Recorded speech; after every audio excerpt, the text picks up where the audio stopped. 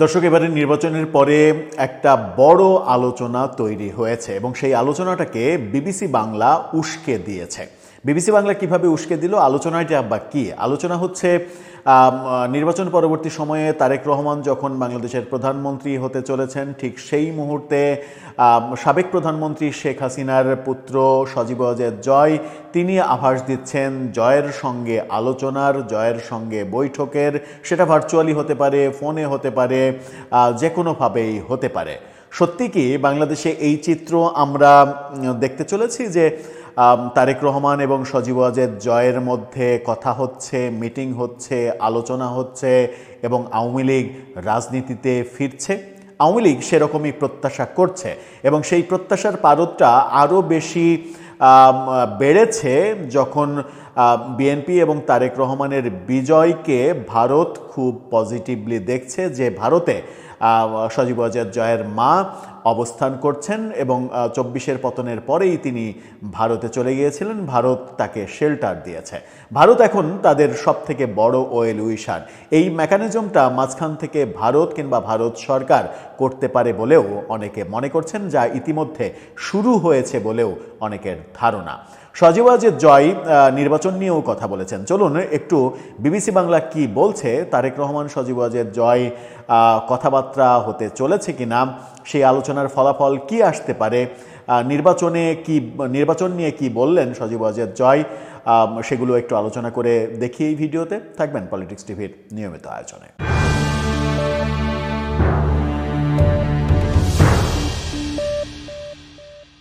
দর্শক, বলছিলাম এই মুহূর্তে বড় আলোচনার একটা ইস্যু তৈরি করে দিল বিবিসি বাংলা এবং সেই ইস্যুতে যাওয়ার আগে আমরা বিবিসি বাংলা যেভাবে শিরোনাম করেছে নির্বাচনের ইস্যুতেই মূলত কথা হয়েছে, সেই ইস্যুতে কথা বলতে গিয়ে তারেক রহমান এবং বিএনপির প্রসঙ্গ এসেছে সজীব ওয়াজেদ জয়ের সাথে। সজীব ওয়াজেদ জয় বিবিসির সঙ্গে সাক্ষাৎকার দিয়েছেন এবং সেই সাক্ষাৎকারের শিরোনামটা বিবিসি করেছে এভাবে, দেখে নিন। সেখানে বলা হচ্ছে, জাতীয় পার্টি কোনো আসন পায়নি, এটা অবিশ্বাস্য, বিবিসিকে সজীব ওয়াজেদ জয়।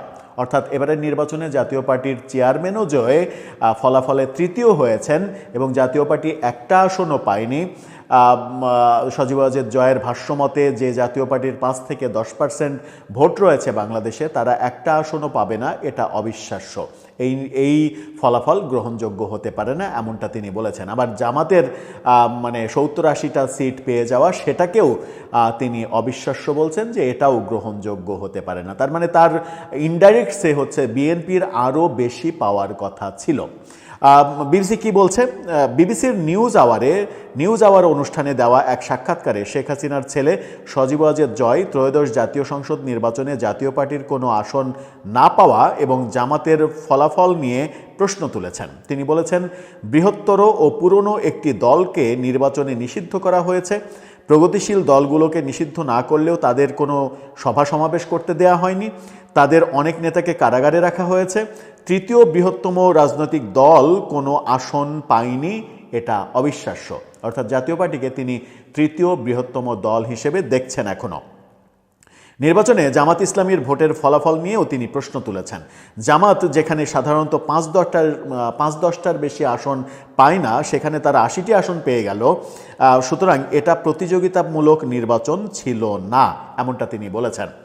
আওয়ামী লীগকে রাজনীতিতে ফিরিয়ে আনতে তিনি বিএনপির সঙ্গে কথা বলতে রাজি কি না, এমন প্রশ্ন করা হয়েছিল তাকে বিবিসির থেকে। এই প্রশ্নের জবাবে তিনি বলেন, আমরা সবার সাথে কথা বলতে প্রস্তুত আছি। আওয়ামী লীগ ও বিএনপি হলো যুক্তরাজ্যের টরি ও লেবার পার্টির মতো, যেখানে এই দুই দল ছাড়া রাজনীতি কল্পনা করা যায় না। অর্থাৎ সজীব ওয়াজেদ জয় একটা সিগন্যাল দিলেন যে বিএনপির সঙ্গে তারা আলোচনায় বসতে পারেন কিংবা বসতে যাচ্ছেন। এটা কেন বলছি যে তারেক রহমান সজীব ওয়াজেদ জয়ের কি কথা হতে চলেছে কিনা, কেন আলোচনা হচ্ছে? অনেক দিন থেকে এই আলোচনাটা চলছে যে নির্বাচনে যদি বিএনপি বিজয় লাভ করে তাহলে আওয়ামী লীগ তার রাজনৈতিক অধিকার বাংলাদেশে ফেরত পাবে। তাদের উপরে যে রাজনৈতিক নিষেধাজ্ঞা সেগুলো তুলে নেওয়া হবে, তাদেরকে রাজনীতি করতে দেওয়া হবে। এবং রয়টার্সের সঙ্গে সাক্ষাৎকারে তারেক রহমান স্পষ্ট বলে দিয়েছেন শেখ হাসিনার পুত্রকন্যাদের রাজনীতি করতে কোনো সমস্যা নেই, জনগণ যদি চায় তারা অবশ্যই রাজনীতি করতে পারবে। কিন্তু জনগণ যে চাই, জনগণ একটা বাংলাদেশের একটা বড় অংশ 30-35 ভাগ মানুষ তো ভোটার রয়েছে আওয়ামী লীগের, সেই অংশ যে তারা চায় আওয়ামী লীগ রাজনীতি করুক এটা তো নিশ্চিত। সেই ক্ষেত্রে একটা পরিবেশ তৈরি হতে পারে আওয়ামী লীগকে রাজনীতি করতে দেওয়ার। এবং সজীব ওয়াজেদ জয় কিংবা সাইমা ওয়াজেদ পুতুল তারা যদি আওয়ামী লীগের দায়িত্ব নেন, সেই ক্ষেত্রেও বিএনপি অনেকটা পজিটিভ সিগন্যাল দিয়েই রেখেছে নির্বাচনের আগে। এবং নির্বাচনের পরে ভারতের যে নড়াচড়া, যে দৌড়ঝাঁপ আমরা দেখছি, যে দৌড়ঝাঁপগুলো অত বেশি আলোচনা হচ্ছে না, তাতে মনে হচ্ছে যে এই ব্যাপারটা বাস্তবায়ন করার জন্য ভারত সরকার অনেক বড় ভূমিকা পালন করতে যাচ্ছে। এছাড়া তিনি বলছেন যে হ্যাঁ, সবাই হয়তো খুশি যে একটি নির্বাচন হয়েছে। তিনি খুবই গুরুত্বপূর্ণ কথা বলেছেন, মধুচন্দ্রিমা শেষ হোক, তারপর দেখা যাবে। তবে বাংলাদেশের রাজনীতিতে আওয়ামী লীগ সবসময় একটা ফ্যাক্টর হিসেবে থাকবে।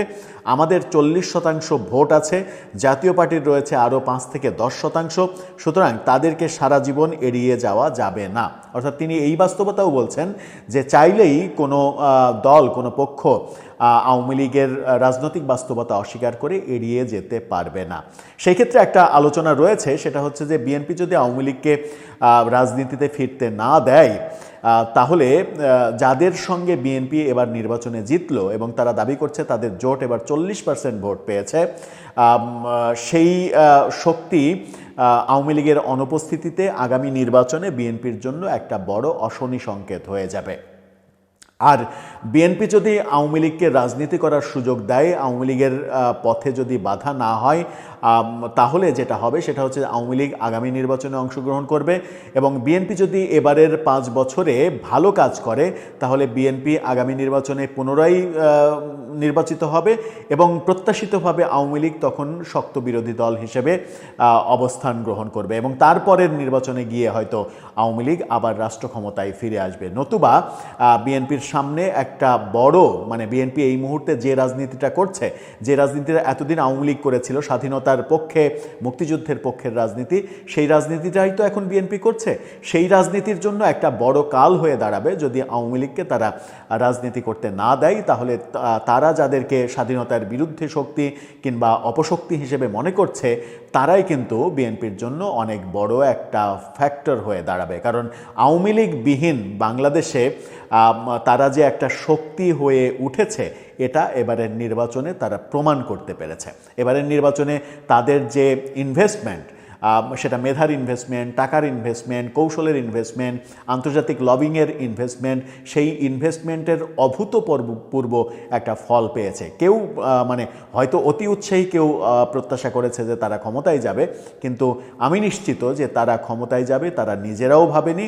তারা শুধুমাত্র পরবর্তী সময়ে, পরবর্তী নির্বাচনের রসদ জোগাড় করার জন্য এই নির্বাচনে একটা শক্ত অবস্থান তৈরি করতে চেয়েছে আওয়ামী লীগের অনুপস্থিতিতে, এবং জাতীয় পার্টি যখন একেবারেই মানে খুবই বাজে অবস্থায়, সেরকম একটা মুহূর্তে। সুতরাং বিএনপির রাজনৈতিক কৌশল কি হবে সেটাই এখন দেখার বিষয়। সেই কারণেই বলছিলাম, সজীব ওয়াজেদ জয় যখন ইঙ্গিত দিচ্ছেন এবং ভারত যখন ছোটাছুটি করছে, তখন কি এরকম দৃশ্য আমরা দেখব যে সজীব ওয়াজেদ জয়ের সঙ্গে বিএনপির শীর্ষ পর্যায়ের মিটিং হচ্ছে, ফোনে কথা হচ্ছে, ভার্চুয়াল মিটিং হচ্ছে, কিংবা কোনো একটা সময় বিএনপি সরকার গঠনের পরে বিএনপির সরকারের ঊর্ধ্বতন কেউ ভারত সফরে যাচ্ছেন, সেখানে সজীব ওয়াজেদ জয় চলে আসছেন, সেখানে মিটিং হচ্ছে, কোনো সমঝোতা হচ্ছে, সেই ব্যাপারগুলো কি আমরা দেখব? দর্শক, আপনার কি মনে হয়? আপনার মতামত জানিয়ে লিখতে পারেন আমাদের কমেন্ট বক্সে।